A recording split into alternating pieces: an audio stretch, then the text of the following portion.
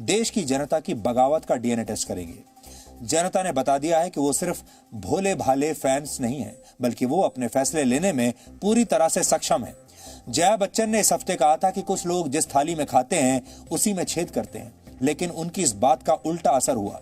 अब पूरे देश में बहस हो रही है कि ये थाली आखिर किसकी है।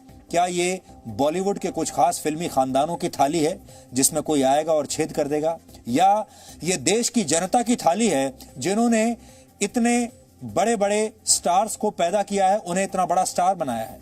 कहा जाता है कि फिल्में समाज का आईना होती हैं, लेकिन आज उन्हीं फिल्मों को बनाने वालों पर सवाल उठ रहे हैं। बड़े बड़े नायक और नायिकाएं जिसे अपनी थाली समझ रहे हैं, वो दरअसल जनता की थाली है जिस पर सिर्फ और सिर्फ जनता का कॉपीराइट है। आज हम बॉलीवुड की इसी थाली का विश्लेषण करेंगे और बात करेंगे कि इस थाली पर मालिकाना हक आखिर किसका है, क्योंकि एक जमाने में इस देश की जनता कई कई घंटे सिनेमा घर के बाहर भीड़ लगाकर, लाइन में लगकर सिनेमा की फिल्मों की टिकट खरीदा करती थी, अपने खून पसीने की कमाई खर्च करके इन नायक और नायिकाओं को देखने जाती थी। फिर अचानक ऐसा क्या हुआ कि आज इन्हीं नायकों पर सवाल उठ रहे हैं, उसी बॉलीवुड की ट्रोलिंग हो रही है। और आज हम आपको फेक न्यूज का सबसे बड़ा उदाहरण भी बताने वाले हैं। सरकार ने संसद में कहा है कि लॉकडाउन के दौरान प्रवासी मजदूरों का पलायन एक फेक न्यूज की वजह से हुआ था। इस बात से पता चलता है कि कोई भी फेक न्यूज कितनी खतरनाक हो सकती है। यह आम लोगों की जिंदगी ही नहीं, बड़े बड़े देशों और समाजों को भी बर्बाद कर सकती है। फेक न्यूज के इस न्यूक्लियर बॉम्ब का विश्लेषण आज हम डीएनए में करने वाले हैं। लेकिन सबसे पहले आज की तमाम बड़ी खबरें नॉन स्टॉप न्यूज में।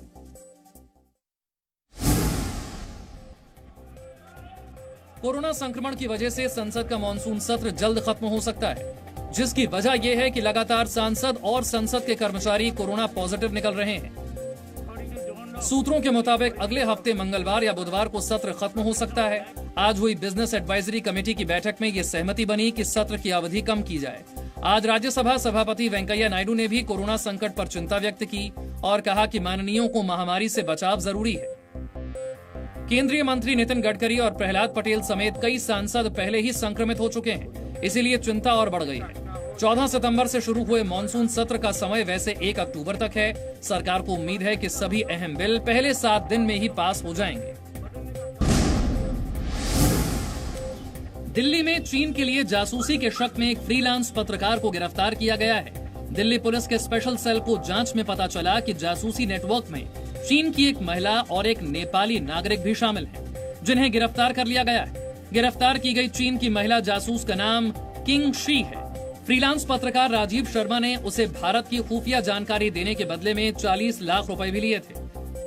जो प्रॉब्लम चल रही है आर्मी के डिप्लॉयमेंट, आर्मी का प्रिक्योरमेंट और जो इंडिया चाइना रिलेशंस के ऊपर स्ट्रेटजी गवर्नमेंट की, इस तरह की इंफॉर्मेशन ये लगातार पास करते रहे हैं। इनको काफी ह्यूज अमाउंट थ्रू हवाला और एक डिफरेंट चैनल से इनको मिलता रहा है। राजीव शर्मा डोकलाम और गलवान में मौजूद भारतीय सेना से जुड़ी अहम जानकारियां चीन के अखबार ग्लोबल टाइम्स को दे रहा था। तीनों जासूसों को दिल्ली पुलिस ने ऑफिशियल सीक्रेट एक्ट के तहत गिरफ्तार किया है। राष्ट्रीय जांच एजेंसी यानी एनआईए ने पश्चिम बंगाल और केरल से अलकायदा के 9 संदिग्ध आतंकियों को गिरफ्तार किया है। एनआईए ने पाकिस्तान प्रायोजित अलकायदा के बड़े आतंकवादी मॉड्यूल का खुलासा किया है। ये 9 गिरफ्तारियां देश के 2 बड़े राज्य पश्चिम बंगाल और केरल से हुई हैं। एनआईए ने पश्चिम बंगाल के मुर्शिदाबाद से 6 और केरल के एर्नाकुलम से 3 संदिग्ध आतंकियों को पकड़ा है। कोरोना मरीजों की तबीयत में सुधार को लेकर अच्छी खबर है। भारत में कोरोना का रिकवरी रेट अमेरिका से भी ऊपर हो गया है, यानी दुनिया में सबसे ज्यादा मरीज भारत में ठीक हुए हैं।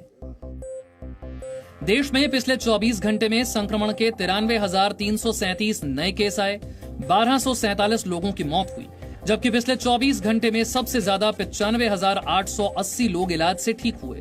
इसके साथ इलाज से ठीक होने वालों की दर 79.28% पहुंच गई है। देश में कोरोना के मामले बढ़कर अब 53,08,014 हो चुके हैं।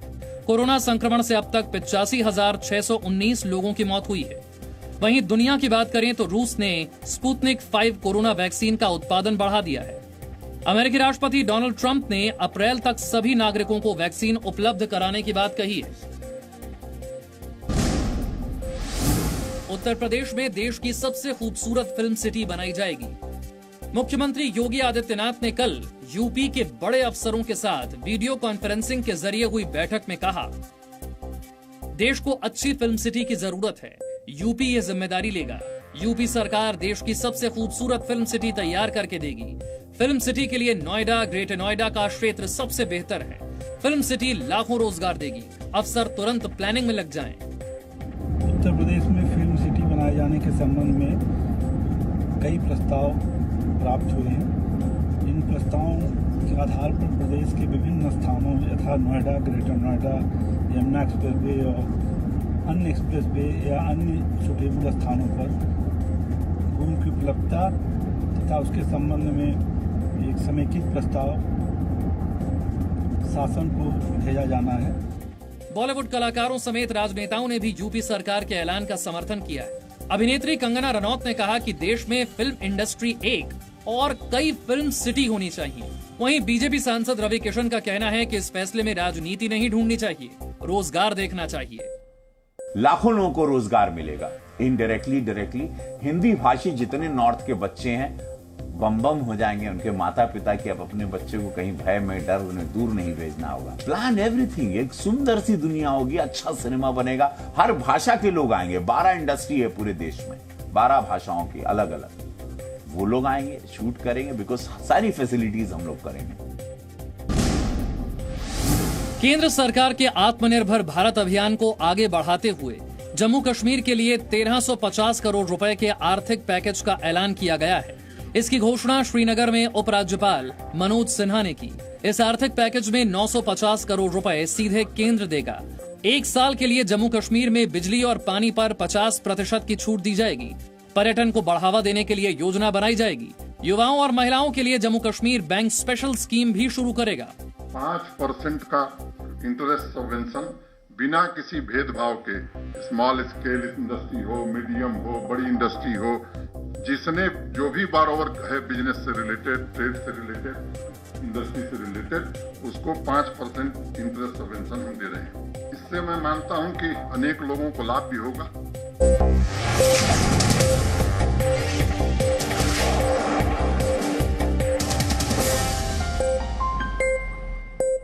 भारत के एक अखबार द इंडियन एक्सप्रेस की एक रिपोर्ट के अनुसार चीन भारत के राष्ट्रपति, प्रधानमंत्री समेत कई बड़े बड़े नेताओं, कैबिनेट के कई बड़े बड़े मंत्रियों, बड़ी बड़ी हस्तियों का सर्विलांस या जासूसी करवा रहा है। चीन की सरकार और वहां की कम्युनिस्ट पार्टी से जुड़ी एक कंपनी को, एक आईटी कंपनी को यह काम सौंपा गया कि आप भारत में जितने भी बड़े इन्फ्लुएंशियल लोग हैं उनकी जासूसी कीजिए। और ये कहा जा रहा है कि भारत में 10,000 ऐसे लोग हैं जिनकी जासूसी चीन की ये कंपनी कर रही है। किसी भी देश को जिन पदों पर बैठे लोग चला रहे होते हैं उन सभी की खुफिया निगरानी की जा रही थी चीन द्वारा। उन लोगों की भी जासूसी हो रही थी जिन्हें ओपिनियन मेकर्स माना जाता है, इन्फ्लुएंसर्स माना जाता है, यानी ऐसे लोग जिनकी बातों को लोग बहुत ध्यान से सुनते हैं, उसके आधार पर अपनी राय बनाते हैं। उन सारे लोगों पर चीन की नजर है और उनकी जासूसी हो रही है। भारत के राष्ट्रपति, भारत के प्रधानमंत्री, उनके अलावा इस सूची में कई बड़े नेता हैं, सैनिक अधिकारी हैं, वैज्ञानिक हैं, देश के बड़े बड़े संपादक हैं और दूसरे महत्वपूर्ण लोग हैं। इस रिपोर्ट के अनुसार अब तक भारत के कुल 5 प्रधानमंत्रियों या पूर्व प्रधानमंत्रियों की जासूसी चीन की एक कंपनी करवा चुकी है। रक्षा मंत्री राजनाथ सिंह, वित्त मंत्री निर्मला सीतारमण समेत मोदी सरकार के लगभग सभी महत्वपूर्ण मंत्रियों की जासूसी हो रही थी। कैबिनेट मंत्रियों में रविशंकर प्रसाद, पीयूष गोयल, स्मृति ईरानी, जनरल वीके सिंह के नाम प्रमुख हैं। 2 दर्जन मुख्यमंत्री, पूर्व मुख्यमंत्री, लगभग 350 सांसदों के नाम इस लिस्ट में हैं जिन लोगों पर नजर रखी जा रही थी और इनमें सभी पार्टियों के मुख्यमंत्री हैं और सांसद शामिल हैं। कांग्रेस की अध्यक्ष सोनिया गांधी, उनके परिवार की गतिविधियों की भी निगरानी रखी जा रही थी। इसके अलावा शरद पवार का परिवार, सिंधिया परिवार और प्रकाश सिंह बादल के परिवार की भी खुफिया निगरानी चीन करवा रहा था। बड़ी चिंता की बात यह है कि देश की सेना और तमाम वैज्ञानिक संस्थाओं की जासूसी भी चीन करवा रहा था। Chief of defence staff general Bipin Rawat समेत कम से कम 60 बड़े सैनिक अधिकारियों की जासूसी हो चुकी है। इनमें तीनों सेनाओं यानी थल सेना, वायु सेना और नौसेना के प्रमुख रह चुके हैं। 14 अधिकारियों के नाम शामिल हैं। परमाणु ऊर्जा आयोग और इंडियन स्पेस रिसर्च ऑर्गेनाइजेशन यानी इसरो पर भी चीन नजर रख रहा था, उनकी जासूसी कर रहा था। चीन जिन बड़े वैज्ञानिकों की निगरानी कर रहा था वो देश की टॉप वैज्ञानिक संस्थाओं के वैज्ञानिक हैं। इसरो के चांद और मंगल ग्रह के मिशन से जुड़े डेटा पर भी चीन की पूरी नजर थी। अगर प्रधानमंत्री नहीं बचे, राष्ट्रपति नहीं बचे, कैबिनेट मिनिस्टर्स जो हैं बड़े बड़े वो नहीं बचे, भारत के मुख्य न्यायाधीश नहीं बचे, भारत के चीफ ऑफ डिफेंस स्टाफ नहीं बचे, भारत के जो सेना अध्यक्ष हैं वो नहीं बचे और बड़े बड़े साइंटिस्ट नहीं बचे, तो सोचिए चीन के जो इरादे थे वो कितने खतरनाक रहे होंगे। अब ये साफ हो गया है कि इनके जरिए चीन किस तरह से देश के हर नागरिक और हर महत्वपूर्ण संस्था तक घुसपैठ कर चुका है। चीन के इस जासूसी नेटवर्क की पूरी पड़ताल ऑस्ट्रेलिया और वियतनाम के 2 बड़े साइबर सिक्योरिटी एक्सपर्ट्स ने की है। इनमें से एक रॉबर्ट पॉटर ने हमारे सहयोगी चैनल वियॉन से बातचीत की और अपनी इस पूरी इन्वेस्टिगेशन के बारे में बहुत महत्वपूर्ण जानकारियां दी हैं। We then worked for 3 months to restore a version of the data to the point where it could be searched and studied by journalists for the purposes of future publication. It's a very interesting data set in as much as it's a very ambitious data set and sits in alignment with the objectives of the company, who talks about using it for the purposes of engaging in hybrid warfare and political influence operations. It seems to be a global effort. It covers people from Namibia to North Korea. There's extensive profiling of people in every major place on planet Earth. Everywhere where there is power, this company attempts to collect information wherever they want to. A lot of this stuff you can take illicitly. It's possible to copy data from Twitter, Facebook, Crunchbase, LinkedIn, and contain that and copy that data and send it to China. Now, that being said, there are things we should be doing to strengthen our security of those platforms. It shouldn't be so easy to steal this much information. But that being said, we also have to accept that there's a certain risk because the Chinese government doesn't seem to acknowledge the same norms of privacy and people the way that democratic countries like Australia and India do. Bharat में इस पूरे investigation को the Indian express अखबार ने छापा है और इस खबर पर काम करने वाले पत्रकार पी वैद्यनाथन अय्यर ने, जो कि इंडियन एक्सप्रेस अखबार में एग्जीक्यूटिव एडिटर हैं, अपनी इस रिपोर्ट के बारे में भी कुछ कहा है। आप सुनिए वो क्या बता रहे हैं। एक जो छोटी सी एक चाइनीज कंपनी है, इंफॉर्मेशन टेक्नोलॉजी फर्म, लेकिन बिग डेटा पे काम करती है, जो लाखों और करोड़ों लोगों का इंफॉर्मेशन इकट्ठा करती है कई देशों में, सिर्फ भारत में नहीं, भारत में, अमेरिका में, ऑस्ट्रेलिया में, जापान में, इंग्लैंड में और कई सारे देशों में, और उसको कैसे वो हर एक इंडिविजुअल को बड़े बारीकी तरह से ट्रैक करती है कंटिन्यूअसली 24 घंटा 7 दिन 7 दिन एक हफ्ते में और 365 दिन साल दर साल एक बंदे को कैसे कंटिन्यूअसली ट्रैक किया जाए। सोशल मीडिया के कई माध्यम होते हैं, 11-12 सोशल मीडिया के साइट्स हैं, इंस्टाग्राम, ट्विटर, फेसबुक तो हम जानते हैं, लेकिन इससे भी ज्यादा विकी है, मीडियम है, ऐसे काफी सोशल मीडिया प्लेटफॉर्म्स हैं जो हमें पता भी नहीं है। तो क्या करती है ये फर्म? ये इंफॉर्मेशन जो है आपका इकट्ठा करती है, उसका एक लॉग बनाती है और उसमें वो रिलेशंस भी बिल्ड करती है। जैसे प्रधानमंत्री हैं तो प्रधानमंत्री के परिवार में कौन है, अगर लीडर ऑफ अपोजिशन है तो उनका परिवार कितना बड़ा है। चीन जिन भारतीयों की जासूसी करवा रहा है उनमें एक नाम मेरा भी है और इसका कारण क्या होगा हम अच्छी तरह से जानते हैं। जी न्यूज पर आप सब जानते हैं हम लगातार ऐसी खबरें दिखाते रहे हैं जिनसे चीन को बहुत समस्या है। हमने हमेशा चीन के प्रोपेगेंडा के खिलाफ एक सख्त और साफ स्टैंड लिया है। चीन को यही बात चुभती है। जी न्यूज पर पिछले महीने हमने एक मेड इन इंडिया मुहिम शुरू की थी जिसमें हमने आप सब से मिस्ड कॉल्स मंगाए थे। 1 करोड़ से ज्यादा दर्शकों ने मिस्ड कॉल करके हमारी इस मुहिम को समर्थन दिया था। 1 करोड़ की संख्या बहुत होती है और ये वो 1 करोड़ लोग थे जिन्होंने ये कहा था कि वो चीन के सामान का बहिष्कार करेंगे और मेड इन इंडिया सामान खरीदेंगे। और उसके बाद से ही, जब से जी न्यूज ने ये मुहिम चलाई है, तब से ही भारत में ये पूरा माहौल पैदा हुआ है कि चीन के सामान का बहिष्कार करना है।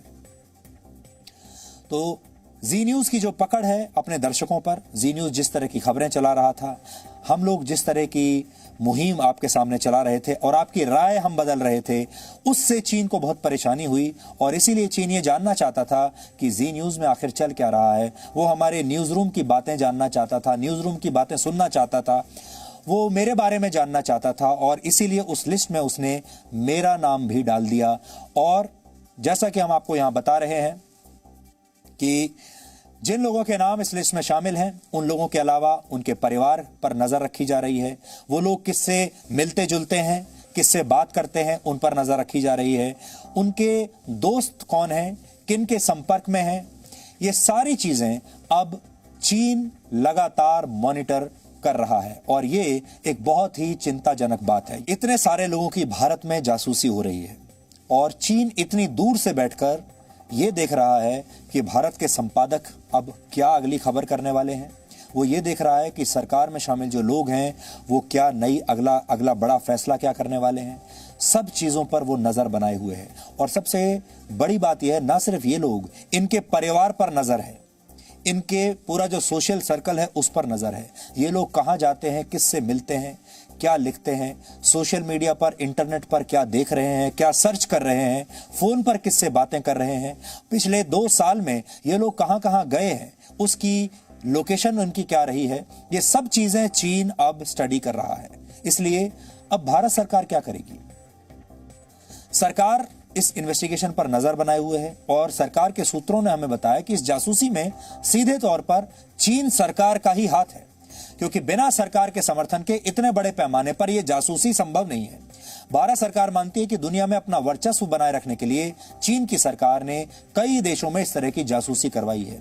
सरकारी सूत्रों के अनुसार भारत ने चीन के जिन ऐप्स पर प्रतिबंध लगाया है उसके पीछे भी यही कारण था और अभी तक जो जानकारी हमें मिली, चीनी कंपनी ने केवल सोशल मीडिया पर उपलब्ध डेटा का ही उपयोग किया है और उनका विश्लेषण किया है। ऐसे में फिलहाल कोई भी कानूनी कार्रवाई इस समय सरकार कर नहीं सकती, भारत की सरकार। अब आप ये समझ लीजिए कि जब हम आपको कुछ खबर बताते हैं, उस खबर की प्लानिंग करते हैं और अगर उन्होंने मेरा फोन, उस पर निगरानी रखी हुई है, अगर मेरा फोन हैक करके रखा है या मेरे फोन का सारा कंटेंट उनके पास जा रहा है, तो मैं और मेरा परिवार हम किससे बात करते हैं, किससे वीडियो कॉल करते हैं, ऑडियो कॉल करते हैं, क्या टेक्स्ट मैसेज करते हैं और हम अपने इंटरनेट पर क्या सर्फिंग कर रहे हैं, क्या देख रहे हैं, हमारे मेल्स, हम क्या योजनाएं आगे बना रहे हैं, जी न्यूज पर अगली खबर क्या होने वाली है, ये सारी जानकारी चीन अपने पास रख रहा है, जो कि बहुत ही खतरनाक बात है। चीन की कंपनी ने भारत के लगभग 10,000 लोगों के डेटा को मिलाकर एक सुपर डेटाबेस तैयार किया है और इस सुपर डेटाबेस की मदद से चीन को यह जानकारी मिलती है कि भारत और भारत के लोगों के विचारों को कैसे प्रभावित किया जा सकता है। यानी यह मामला कैम्ब्रिज एनालिटिका के मुकाबले कहीं ज्यादा बड़े पैमाने पर किया गया है। आपको याद होगा, ब्रिटेन की एक बड़ी कंपनी कैम्ब्रिज एनालिटिका पर यह आरोप लगा था कि उसने करोड़ों वोटर्स के डेटा का इस्तेमाल करके उन्हें प्रभावित किया था।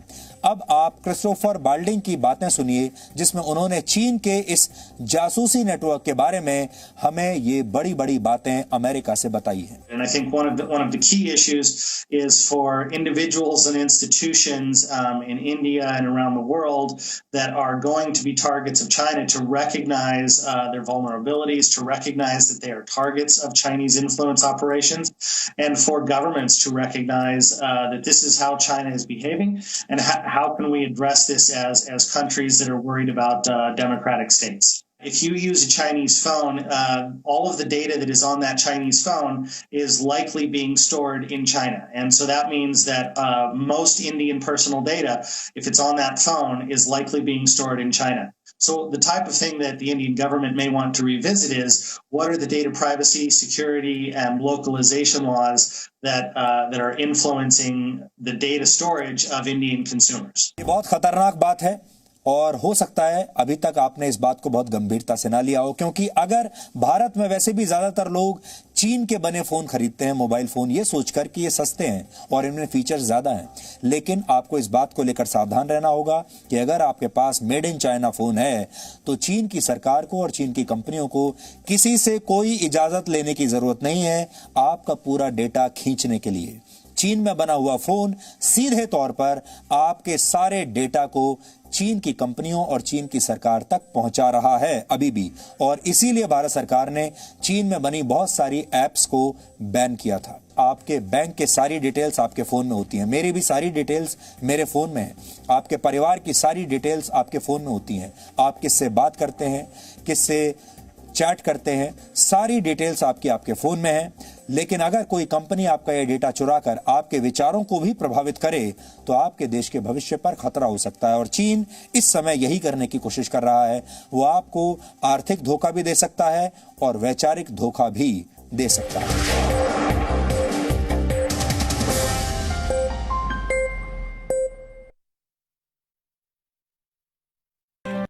या पंख चुनना आपको है। समय की धड़कन नहीं बदलती,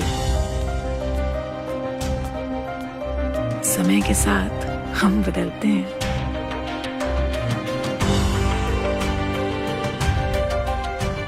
क्योंकि जब अपने संस्कारों के लिए सम्मान हो तो दुनिया झुकती है। जी न्यूज़, परंपरा संस्कारों की। सत्ता के लालच में जब नेता सच पर सवाल उठाने लगे, काले को सफेद बताकर हकीकत देश से छिपाने लगे, तब जरूरी है सच के साथ हर खबर को देश हित में देश के सामने रखना। देश हित सिर्फ जी न्यूज़ पर। हर रोज नई सुबह की नई शुरुआत, देश दुनिया की ताजा तरीन खबरों के साथ, राजनीति की सरगर्मियां, बिजनेस वर्ल्ड की कामयाबियां, खेल की दुनिया की जीत हार, ताजा खबरों का पूरा संसार। मॉर्निंग जी रोज सुबह 8 बजे सिर्फ जी न्यूज़ पर। ये मेरा देश है, ये मेरे लोग हैं, ये हमारी लड़ाई है, ये हमारी जिम्मेदारी है। इसे ऐसे कैसे छोड़ दूं? क्योंकि जब आप मुस्कुराते हैं तो मैं मुस्कुराता हूं। जब आपका दिन अच्छा गुजरता है तो मैं भी सुकून से सोता हूं। नमस्कार, मैं हूं सुधीर चौधरी और डीएनए में आपका स्वागत है। ये मेरा देश है, ये मेरे लोग हैं। सपने एक स्पर्श से जगते हैं। कहते हैं ना, पहला कदम ही सफलता की सीढ़ी बनता है। Yes, I know. How can I forget that? अरे दिव्या, कितना टाइम लगेगा यार? मम्मा मेरा होमवर्क। अरे बहू, पूजा की थाली। परिवार की आशाएं बेड़ियां बनेंगी या पंख, चुनना आपको है। समय की धड़कन नहीं बदलती, समय के साथ हम बदलते हैं।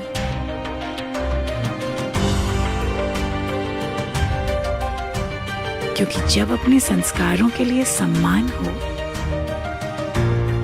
तो दुनिया झुकती है। जी न्यूज़, परंपरा संस्कारों की। सत्ता के लालच में जब नेता सच पर सवाल उठाने लगे, काले को सफेद बताकर हकीकत देश से छिपाने लगे, तब जरूरी है सच के साथ हर खबर को देश हित में देश के सामने रखना। देश हित सिर्फ जी न्यूज़ पर। हर रोज नई सुबह की नई शुरुआत, देश दुनिया की ताजा तरीन खबरों के साथ, राजनीति की सरगर्मियां, बिजनेस वर्ल्ड की कामयाबियां, खेल की दुनिया की जीत हार, ताजा खबरों का पूरा संसार। मॉर्निंग जी रोज सुबह 8 बजे।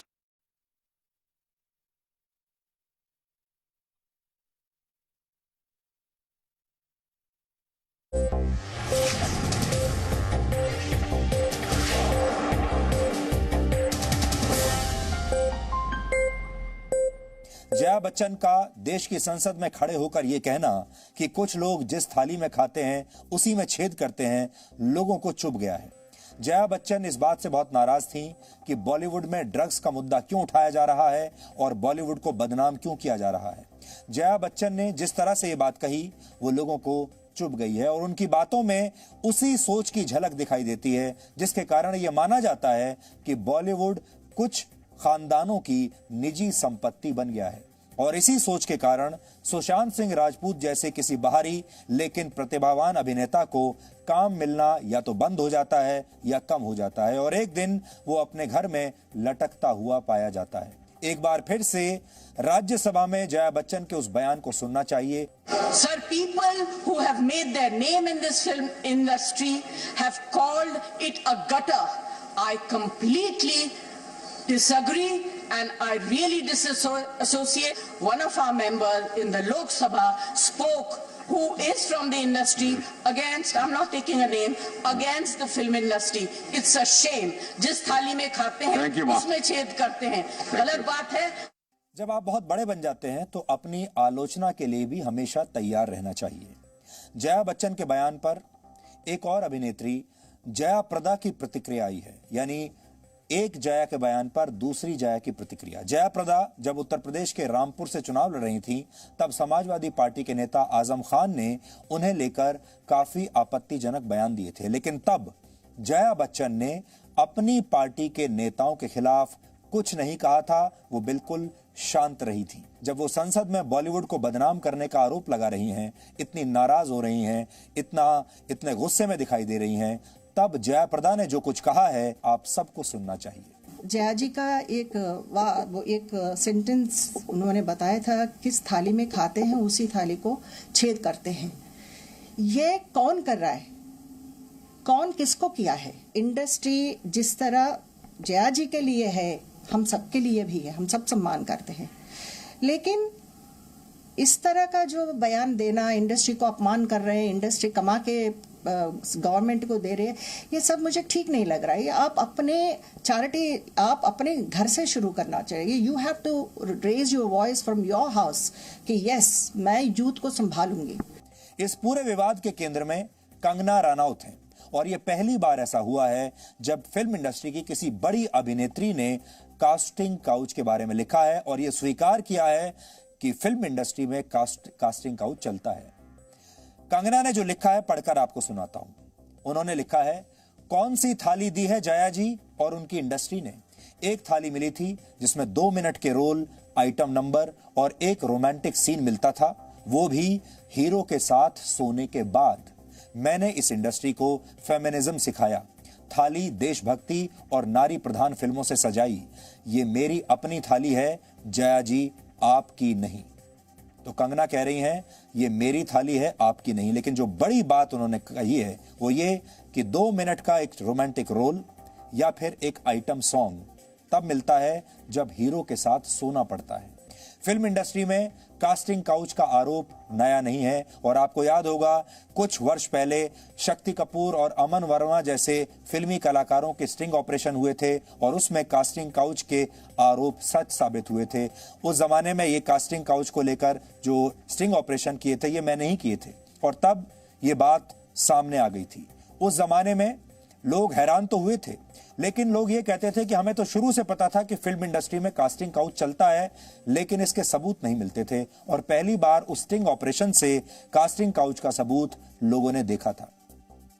और मुझे यह भी याद है कि जब ये स्टिंग ऑपरेशन हुआ और जब ये खबर दिखाई गई तो फिल्म इंडस्ट्री एक हो गई थी और फिल्म इंडस्ट्री के बड़े बड़े कलाकारों ने प्रेस कॉन्फ्रेंस की थी, सबने एक दूसरे का साथ दिया था और तब भी ये सारे बड़े बड़े कलाकारों ने ये कहा था कि ये बॉलीवुड को बदनाम करने की साजिश हो रही है, बॉलीवुड को बदनाम किया जा रहा है और हम ऐसा होने नहीं देंगे। तब ये सारे फिल्मी कलाकार एक साथ आ गए थे। जब ड्रग्स की जांच चल रही है तो भी फिल्म इंडस्ट्री यही कह रही है, ये नहीं कह रही कि हम इसकी जांच करवाएंगे और इसे बंद करेंगे, वो ये कह रही है कि हम इस साजिश को तोड़ेंगे और ये हमारे खिलाफ बहुत बड़ा षड्यंत्र चल रहा है।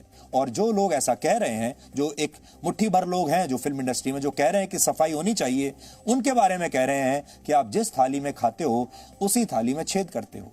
यानी ये जो थाली है फिल्म इंडस्ट्री की, ये कुछ बड़े खानदानों का मालिकाना हक इस थाली पर है और वो ये तय करेंगे कि इस थाली में कौन खाएगा और कौन नहीं खाएगा।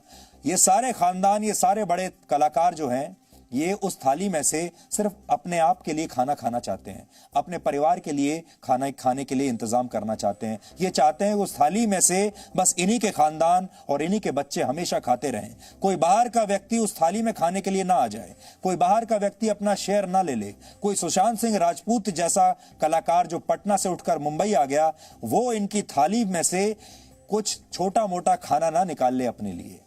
जया बच्चन के बयान को सुनकर लगता है कि बड़े फिल्मी सितारों को अपनी थाली में छेद होने का डर सता रहा है। शायद वो भूल गए हैं कि ये थाली फिल्म स्टार्स की नहीं है, ये थाली देश के लोगों की है।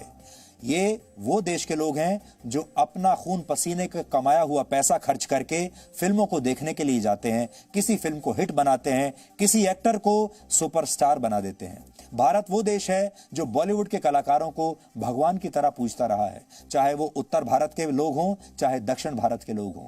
आज भले ही फिल्मों के टिकट ऑनलाइन बिकने लगे हों, लेकिन एक समय वो था जब फिल्मों का फर्स्ट डे फर्स्ट शो देखने के लिए सिनेमाघरों के बुकिंग विंडो पर लंबी लंबी लाइनें लगा करती थी। घंटों लोग इंतजार करते थे अपनी स्क्रीन पर। आप देखिए, आपको जो इस पीढ़ी के लोग हैं वो तो शायद अंदाजा भी नहीं लगा सकते कि ये मैं जो आपको तस्वीरें दिखा रहा हूं 90 के दशक की तस्वीरें हैं। ये भीड़ जो है ये सिनेमा हॉल में फिल्म देखने वालों की भीड़ है, टिकट लेने वालों की भीड़ है। टिकट लेने के लिए लंबी लंबी लाइन लगती थी और घंटों इंतजार करना पड़ता था। ये वो दौर है जब फिल्मों की टिकटें ब्लैक में मिला करती थी, यानी ज्यादा पैसा देकर लोग फिल्मों की टिकटें खरीदने के लिए जाया करते थे। ये वो जमाना था।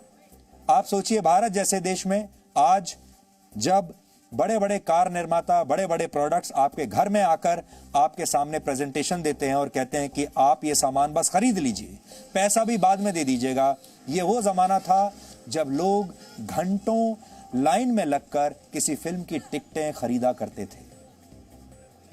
कितना मान सम्मान था फिल्म इंडस्ट्री का।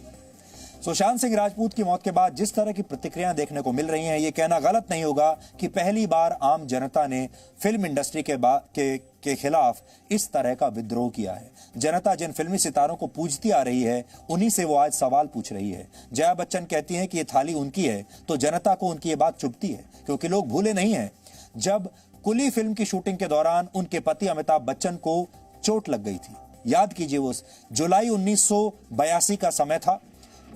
कुली फिल्म की शूटिंग के दौरान जया बच्चन के पति अमिताभ बच्चन को एक जानलेवा चोट लग गई थी। उनका बचना मुश्किल था। अमिताभ बच्चन को 2 महीनों तक अस्पताल में भर्ती रहना पड़ा। डॉक्टरों ने कहा इनकी जान मुश्किल ही बचेगी।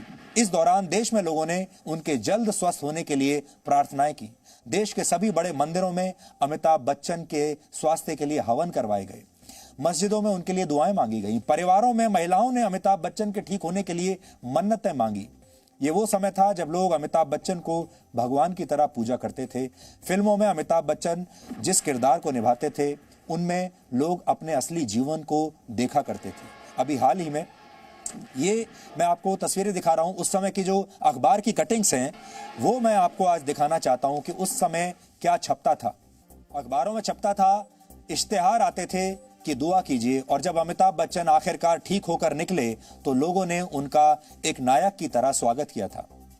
कुली फिल्म के हादसे के 2 साल बाद 1984 में अमिताभ बच्चन ने इलाहाबाद से लोकसभा चुनाव लड़ा था। उन दिनों चुनाव प्रचार के दौरान उनकी सभाओं में बहुत भारी भीड़ जुटा करती थी। कम से कम उत्तर भारत की राजनीति में किसी उम्मीदवार के लिए ऐसी दीवानगी देश ने इससे पहले कभी नहीं देखी थी। अमिताभ बच्चन तब के प्रधानमंत्री राजीव गांधी के बचपन के दोस्त हुआ करते थे। राजीव गांधी ने उन्हें उत्तर प्रदेश के पूर्व मुख्यमंत्री और दिग्गज नेता हेमवती नंदन बहुगुणा के खिलाफ चुनाव में उतारा। अमिताभ बच्चन का स्टारडम ऐसा था कि इलाहाबाद की जनता ने उन्हें 1,87,000 वोटों से जिता दिया, और इस हार के बाद हेमवती नंदन बहुगुणा का राजनीतिक करियर ही एक तरीके से समाप्त हो गया था। उसी जमाने की तस्वीरें आपको दिखा रहे हैं। ये जो तस्वीर आप देख रहे हैं, अभी आपने देखी, अमिताभ बच्चन जब पहली बार लोकसभा आए थे सांसद बनकर, उस समय की ये तस्वीर है। उस समय जब चुनाव प्रचार करने के लिए जाते थे, कैसी भीड़ आती थी, उस जमाने की तस्वीर है। अब आपको दिखाते हैं कि अमिताभ बच्चन के बंगले, जिसका नाम है जलसा, मुंबई में, वहां हर सप्ताह रविवार के दिन उनके फैंस उनके दर्शन करने के लिए आते हैं। बिल्कुल ऐसे ही आते हैं जैसे किसी भगवान के दर्शन करने के लिए आते हों। उनके घर के बाहर हर रविवार को फैंस कैसे आते हैं, ये तस्वीरें देखिए आप। ये उनका घर है जलसा, और यहाँ वो अपने फैन से हर रविवार शाम को मिलते हैं और हजारों की संख्या में हर रविवार को उनके फैन उन्हें मिलने के लिए आते हैं। कितना मान मिलता है, कितना सम्मान मिलता है। जनता अपने आप को उनका हृदय से उनका फैन मानती है। अब अगली तस्वीर देखिए, ये सलमान खान के घर की तस्वीर है, जहां लोगों की भीड़ उनकी एक झलक देखने के लिए घंटों तक खड़ी रहती है। सलमान खान एक बार अपनी बालकनी में आकर अपनी एक झलक दिखा दें, इसके लिए लोग घंटों तक इंतजार करते रहते हैं। अब अगली तस्वीर देखिए, शाहरुख खान के बंगले मन्नत की है, जहां पर वो खास मौकों पर अपने मेन गेट की दीवार पर खड़े हो जाते हैं आकर, और फिर अपने फैंस को देखकर हाथ हिलाते हैं, उनका अभिनंदन करते हैं। इस तस्वीर को भी आप देख लीजिए। ये आपको दुनिया में ऐसी तस्वीरें कहीं नहीं मिलेंगी। हॉलीवुड के जो बड़े बड़े स्टार्स हैं, उनकी भी ऐसी तस्वीरें आपको नहीं मिलेंगी। उनको लेकर भी ऐसी दीवानगी लोगों के बीच में आपको कभी नहीं मिलेगी। ये तस्वीरें आपको क्या बताती हैं? ये तस्वीरें आपको ये बताती हैं कि हमारे देश के लोग इन्हें सचमुच का नायक मानते हैं और सचमुच दिल से अपने आप को इनका फैन मानते हैं और इनकी बात मानने के लिए कुछ भी करने के लिए तैयार हैं। कैसी दीवानगी है ये आपने तस्वीरों में देख ली। अब मैं आपसे एक सवाल पूछना चाहता हूं। आप इन फिल्मी कलाकारों से और इन फिल्म स्टार से क्या उम्मीद करते हैं? क्या चाहते हैं आप इनसे? आप ये क्यों उम्मीद करते हैं कि ये सारे बड़े बड़े फिल्म स्टार किसी सामाजिक मुद्दे पर, किसी राजनीतिक मुद्दे पर, देश से जुड़े किसी मुद्दे पर अपने बयान दें और अपने विचार आपके सामने रखें? क्यों चाहते हैं आप ये सब? क्या जब ये बोलेंगे तभी आप उस घटना को हुआ मानेंगे?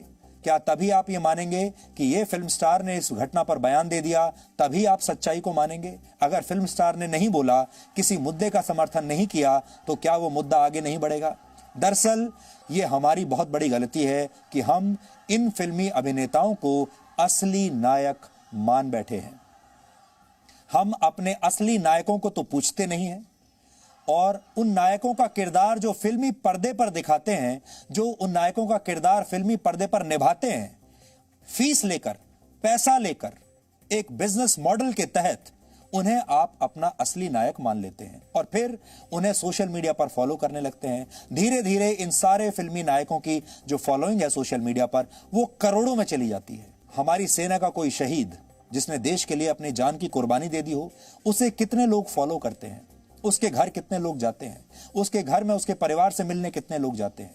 हमारे देश में वैज्ञानिक भी हैं जिन्होंने बड़े बड़े काम किए हैं। सोशल मीडिया पर उनकी कितनी फॉलोइंग है? आप उनके साथ कितनी सेल्फी लेते हैं? हमारे देश में बड़े बड़े अध्यापक हुए हैं, प्रोफेसर हुए हैं, डॉक्टर हुए हैं, वैज्ञानिक हुए हैं, बड़े बड़े प्रोफेशनल्स हुए हैं जिन्होंने इस देश के लिए बहुत कुछ किया है। बड़े बड़े इंजीनियर्स हुए हैं। आपने उनमें से कितने लोगों के साथ कभी सेल्फी खिंचवाई है? आपने उनमें से कितने लोगों के साथ ये कहा है कि आप सुशांत सिंह राजपूत के बारे में बोलते क्यों नहीं?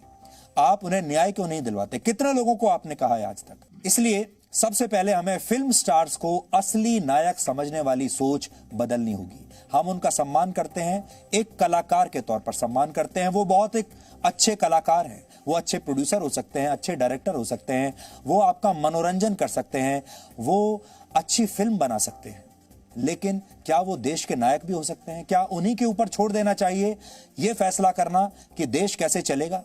अगर हम ऐसा करेंगे तो फिल्म इंडस्ट्री से जुड़ी हमारी बहुत सारी शिकायतें खुद ही अपने आप दूर होने लगेंगी। इसलिए आपकी जो उम्मीदें इन नायकों से, इन नायिकाओं से बंध गई हैं, क्योंकि आप ये समझने लगे हैं कि आप सिनेमा हॉल में या बड़े पर्दे पर जिन किरदारों में इन्हें देखते हैं, ये असल जिंदगी में भी वैसे ही है।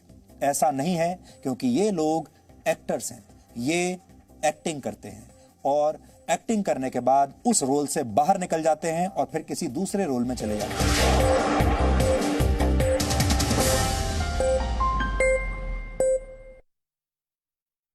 की कामयाबियां, खेल की दुनिया की जीत हार, ताजा खबरों का पूरा संसार। मॉर्निंग जी रोज सुबह 8 बजे सिर्फ जी न्यूज पर। ये मेरा देश है, ये मेरे लोग हैं, ये हमारी लड़ाई है, ये हमारी जिम्मेदारी है। इसे ऐसे कैसे छोड़ दूं? क्योंकि जब आप मुस्कुराते हैं तो मैं मुस्कुराता हूं। जब आपका दिन अच्छा गुजरता है तो मैं भी सुकून से सोता हूं। नमस्कार, मैं हूं सुधीर चौधरी और डीएनए में आपका स्वागत है। ये मेरा देश है, ये मेरे लोग हैं। सपने एक स्पर्श से जगते हैं। कहते हैं ना, पहला कदम ही सफलता की सीढ़ी बनता है। Yes, I know. How can I forget that? अरे दिव्या, कितना टाइम लगेगा यार? मम्मा मेरा होमवर्क। अरे बहू, पूजा की थाली। परिवार की आशाएं बेड़ियां बनेंगी या पंख, चुनना आपको है।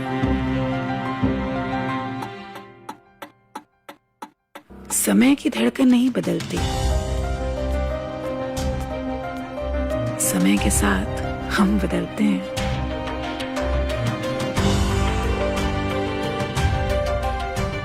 क्योंकि जब अपने संस्कारों के लिए सम्मान हो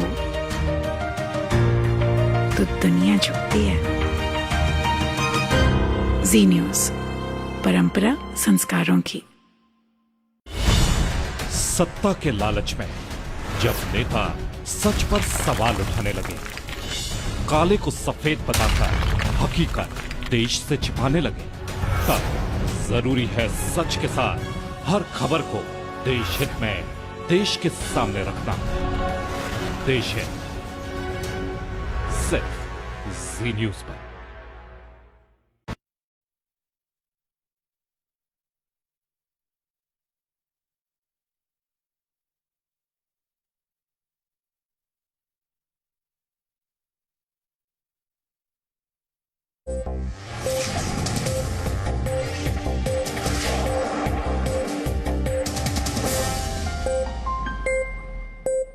फेक न्यूज की वजह से कई जगहों पर दंगे हो चुके हैं, होते रहते हैं।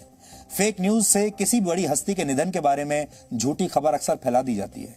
फेक न्यूज की वजह से दो देश कई बार युद्ध के करीब पहुंच जाते हैं। कोई फेक न्यूज एक ही समय में लाखों लोगों को प्रभावित कर सकती है, इसलिए फेक न्यूज को हल्के में बिल्कुल मत लीजिए। फेक न्यूज आज उतनी ही बड़ी है जितना एक एटम बॉम्ब हो सकता है। फेसबुक और व्हाट्सएप जैसे मोबाइल ऐप्स फेक न्यूज फैलाने का माध्यम बन चुके हैं और ये किसी परमाणु बम के धमाके से भी ज्यादा खतरनाक हो सकता है। लॉकडाउन के दौरान आपने भी प्रवासी मजदूरों के पलायन की ये तस्वीरें जरूर देखी होंगी जो अभी मैं आपको दिखाने वाला हूं। इन तस्वीरों को देखिए, पलायन की जो तस्वीरें आपने लॉकडाउन के दौरान देखी थी। केंद्र सरकार के मुताबिक फेक न्यूज की वजह से ही बड़ी संख्या में प्रवासी मजदूर पलायन के लिए मजबूर हो गए थे। यानी नए भारत के लिए फेक न्यूज सबसे बड़ा खतरा बन चुका है। ये मुंबई की तस्वीर देखिए, ये पलायन की तस्वीरें हैं जब प्रवासी मजदूर पलायन के लिए बाहर निकल गए थे। सरकार के लाख समझाने के बाद भी ये लोग रुके नहीं। इसी तरह ये दिल्ली की तस्वीरें आप देख लीजिए, ये लॉकडाउन के दौरान की तस्वीर हैं, लॉकडाउन के बिल्कुल शुरू में। और उस दौरान ये सारे के सारे लोग 28 मार्च की बात है जिस अब ये तस्वीर हम आपको दिखा रहे हैं। और ऐसी तस्वीरें आपने हर राज्य में, हर राज्य के हाईवेज पर आपने ये देखी होंगी, चाहे मुंबई हो, चाहे दिल्ली हो या देश का कोई और हिस्सा हो।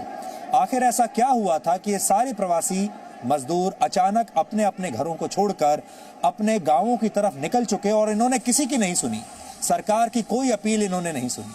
आपको याद होगा लॉकडाउन के ऐलान पर प्रधानमंत्री ने कहा था कि जो जहां है वो वहीं पर रहे, वहां से हिले नहीं।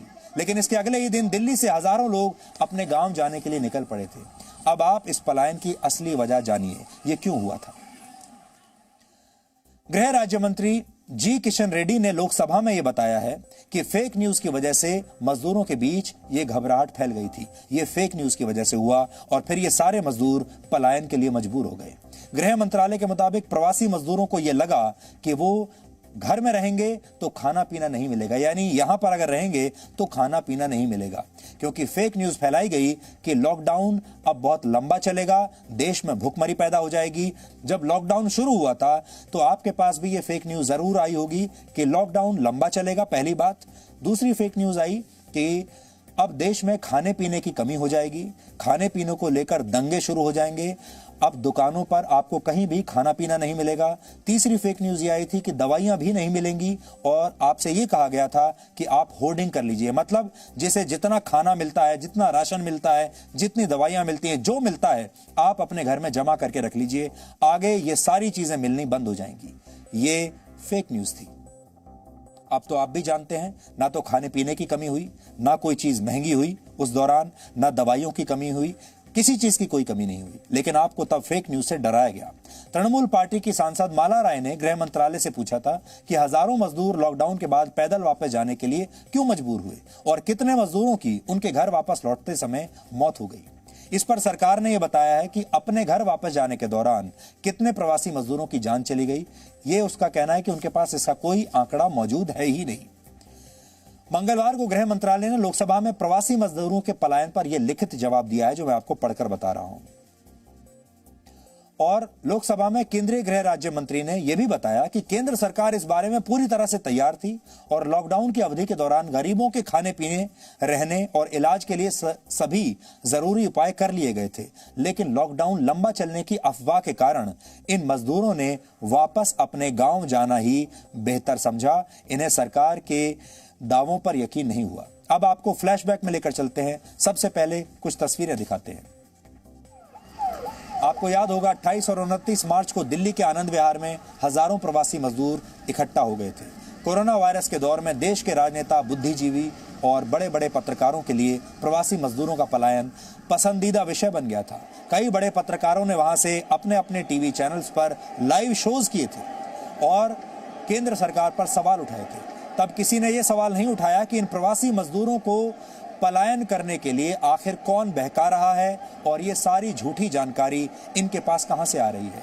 आप याद कर लीजिए, कई न्यूज़ चैनल्स में और कई अखबारों में पत्रकारों ने इनसे मिलकर बड़े बड़े फीचर्स किए थे, बड़ी बड़ी खबरें आपके सामने रखी थी कि इन पर कितना अत्याचार हो रहा है, देखिए। इसी तरह 14 अप्रैल को मुंबई के बांद्रा रेलवे स्टेशन पर भी हजारों लोग ऐसे ही जमा हो गए थे।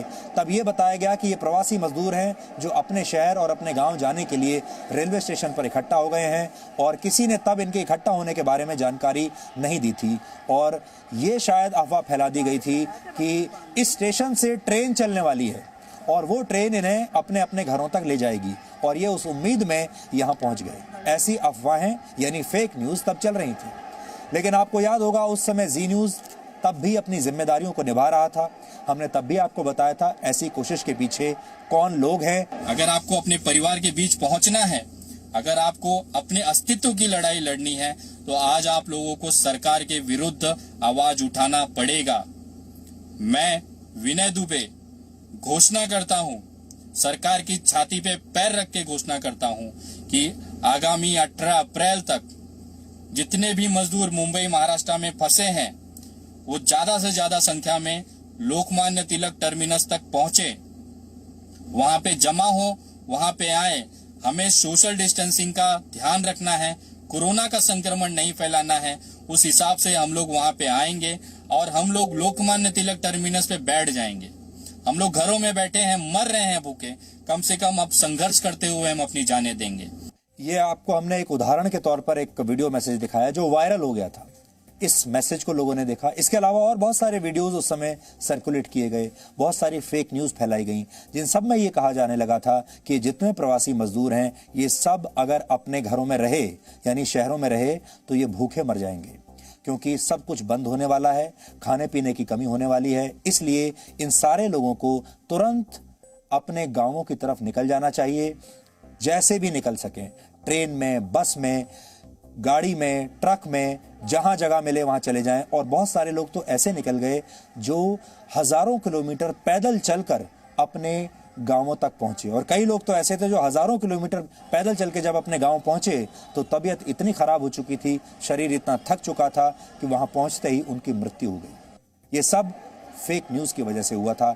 जी न्यूज की टीम ने दिल्ली और मुंबई में मौजूद उन प्रवासी मजदूरों से बात की जिन्होंने लॉकडाउन के दौरान पलायन किया था और उनसे ये पूछने की कोशिश की कि जब वो अपने अपने घरों से, शहरों को छोड़कर अपने अपने गांव चले गए, क्या सोचकर वो गांव गए थे, क्योंकि अब बड़ी संख्या में ये सारे लोग अपने अपने गांवों से वापस लौटना चाहते हैं। क्या कहा इन लोगों ने, वो आप सुनिए। ज्यादा आदमी भाग गया ना, न्यूज देख देख के आदमी का दिमाग खराब हुआ था, क्योंकि बोला अभी कोरोना हवा में भी उड़ने लगा, इसका छू लेगा तो ये हो जाएगा, कोरोना हो जाएगा, इसलिए ज्यादा आदमी डर के भाग गया था। हाँ, फोन पे आता रहता था मैसेज वगैरह, और वैसे वीडियोज बहुत सारे बन के आते थे कि जिसमें कोरोना का दिखाते थे कितना बढ़ गया है। वो यहाँ पे देखो, चाहे कहीं भी देखो, उसमें बढ़ा हुआ कोरोना ही दिखता था सारा, कि इतना बीमारी बहुत हद से ज्यादा खतरनाक बीमारी है। अगर यहाँ से जितना दूर लोगों से रहोगे उतना ही आपके लिए फायदामंद होगा। जिसको भी हम वीडियो को देखते थे उसी में पे ये लगता था, बहुत ज्यादा डर लगता था कि अगर ऐसा दिख रहा है तो हमें कितना पहले से सोचना पड़ता था कि हाँ ये हकीकत में है। इन फोन ने भी देख देख के इनसे भी डर रहे थे, और इन्हें देख देख के वो गाँव को क्या आता था फोन इन पे, और क्या दिमाग में चलता था जिससे कि लोग सड़क पे आ जाते थे? फोन में यही है कि इतनी पब्लिक वहाँ एरिया को इतना मर रहे हैं कि वो हो रहे हैं, उसकी वजह से तो उसको देखते थे लोग फोन में, और फिर कहते थे कि जी हम अगले दिन तो सुबह गाँव चले जाएं। हाँ, ये यहाँ से फिर पैदल बाहर ना मिले तो पैदल ही निकल रहे हैं। मुंबई में बांद्रा में भीड़ कैसे जमी और दिल्ली में आनंद विहार पे भीड़ कैसी आई, इसकी सारी कहानियां उस समय प्रस्तुत हुई।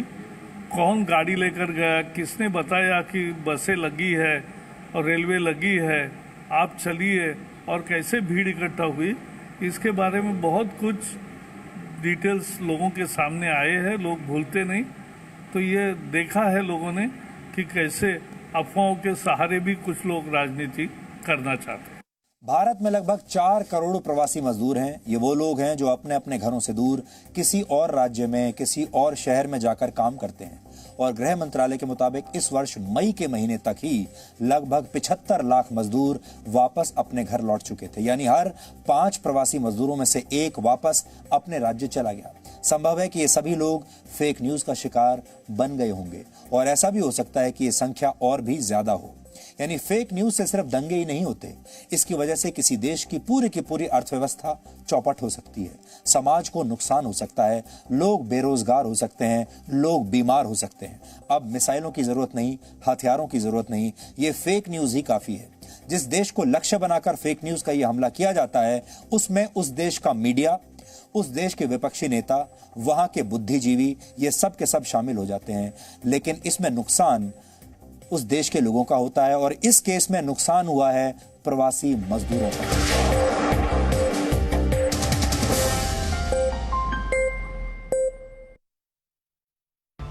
नमस्कार, मैं हूं सुधीर चौधरी और डीएनए में आपका स्वागत है। ये मेरा देश है, ये मेरे लोग हैं।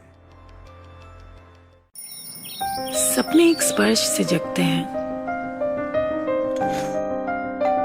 कहते हैं ना, पहला कदम ही सफलता की सीढ़ी बनता है। Yes, I know. How can I forget that? अरे दिव्या, कितना टाइम लगेगा यार? मम्मा मेरा होमवर्क। अरे बहू, पूजा की थाली। परिवार की आशाएं बेड़ियां बनेंगी या पंख, चुनना आपको है। समय की धड़कन नहीं बदलती, समय के साथ हम बदलते हैं।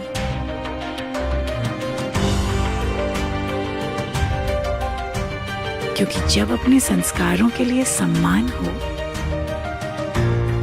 तो दुनिया झुकती है। जी न्यूज़, परंपरा संस्कारों की।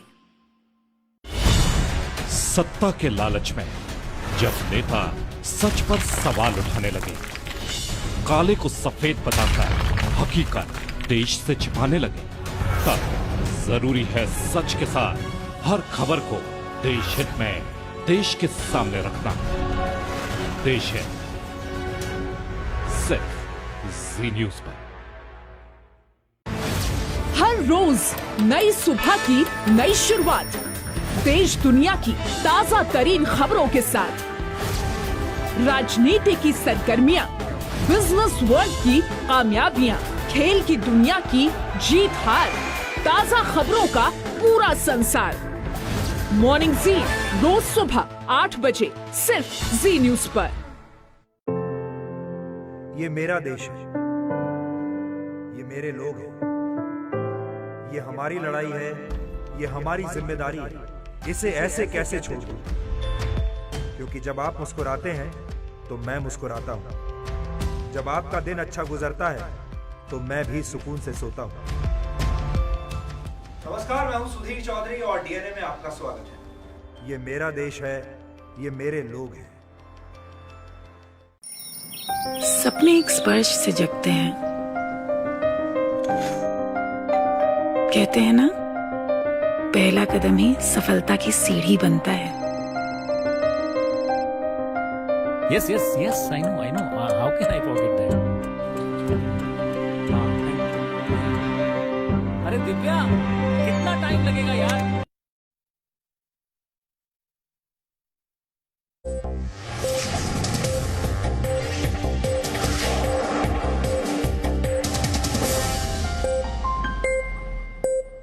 और अब आखिर में देखते हैं कि आज के इतिहास में क्या लिखा है। वर्ष 1893 में आज ही के दिन न्यूजीलैंड में महिलाओं को वोट देने का अधिकार मिला था। ये पहला मौका था जब दुनिया के किसी देश में महिलाओं को वोट देने का अधिकार दिया गया। हालांकि न्यूजीलैंड में महिलाओं को चुनाव लड़ने के लिए वर्ष 1919 तक का इंतजार करना पड़ा। अमेरिका ने वर्ष 1920 में महिलाओं को वोट देने का अधिकार दिया था, यानी अगले साल। भारत ने मताधिकार को लेकर पुरुषों और महिलाओं में कभी भी कोई भेदभाव नहीं किया और संविधान में हर वयस्क नागरिक को वोट का अधिकार दिया गया है। सऊदी अरब में वर्ष 2011 में महिलाओं को वोट डालने का अधिकार मिला। वर्ष 1952 में आज ही के दिन महान हास्य अभिनेता चार्ली चैपलिन को अमेरिकी प्रशासन ने उनके घर जाने से रोक दिया था। चार्ली चैपलिन उस वक्त अमेरिका के हॉलीवुड में थे। उन पर अमेरिका विरोधी विचारों के प्रचार का आरोप लगा था। उसी वर्ष उनकी फिल्म लाइमलाइट रिलीज हुई थी, जिसे अमेरिका में प्रतिबंधित कर दिया गया था। तब अमेरिका की नागरिकता छोड़कर चार्ली चैपलिन स्विट्जरलैंड में जाकर बस गए थे। इस घटना के 20 वर्षों के बाद वर्ष 1972 में वो दोबारा अमेरिका लौटे और तब उन्हें फिल्म लाइमलाइट के लिए ही ऑस्कर अवार्ड दिया गया। इस समारोह में लोगों ने 12 मिनट तक खड़े होकर चार्ली चैपलिन का अभिवादन किया था और उनके लिए तालियां बजाई थी। ये एकेडमी पुरस्कारों के इतिहास में सबसे लंबे समय तक अभिवादन का रिकॉर्ड है। आप में से कई लोग इमोटिकॉन्स का इस्तेमाल जरूर करते होंगे। वर्ष 1982 में आज ही के दिन अमेरिकी कंप्यूटर साइंटिस्ट स्कॉट फालमन ने पहली बार हंसने और रोने की मुद्रा वाले इमोटिकॉन्स का इस्तेमाल किया था। इमोटिकॉन्स का मतलब इमोशन दिखाने वाला एक आइकॉन होता है। इसके 17 साल बाद 1999 में जापान में इमोजीज का इस्तेमाल किया गया। इमोटिकॉन्स में सिर्फ डॉट, हाइफन और हाफ सर्कल का इस्तेमाल किया जाता है, जबकि इमोजीज में चेहरे का भाव भी दर्शाया जाता है और पता चलता है। और आज भारतीय मूल की अमेरिकी अंतरिक्ष यात्री सुनीता विलियम्स का जन्मदिन है। उनका जन्म वर्ष 1965 में हुआ था। सुनीता विलियम्स 9 दिसंबर 2006 को पहली बार अंतरिक्ष यात्रा पर गई थी। उनके नाम 50 घंटे और 40 मिनट का सबसे लंबा स्पेस वॉक का रिकॉर्ड है। सुनीता विलियम्स ने अंतरिक्ष से ही बोस्टन मैराथन में भी हिस्सा लिया था और उन्होंने अप्रैल 2007 में इंटरनेशनल स्पेस स्टेशन से ही मैराथन की दौड़ लगाई थी। वो अंतरिक्ष में अपने साथ भगवत गीता, भगवान गणेश की मूर्ति और समोसा लेकर गई थी। तो डीएनए में आज इतना ही। अब संडे ब्रेक का समय हो गया है। अब आपसे हमारी मुलाकात होगी सोमवार रात 9 बजे, जब हम और आप मिलकर नई ऊर्जा के साथ नए सप्ताह की शुरुआत करेंगे। तब तक आप खुश रहिए, सुरक्षित रहिए और स्वस्थ रहिए। नमस्कार।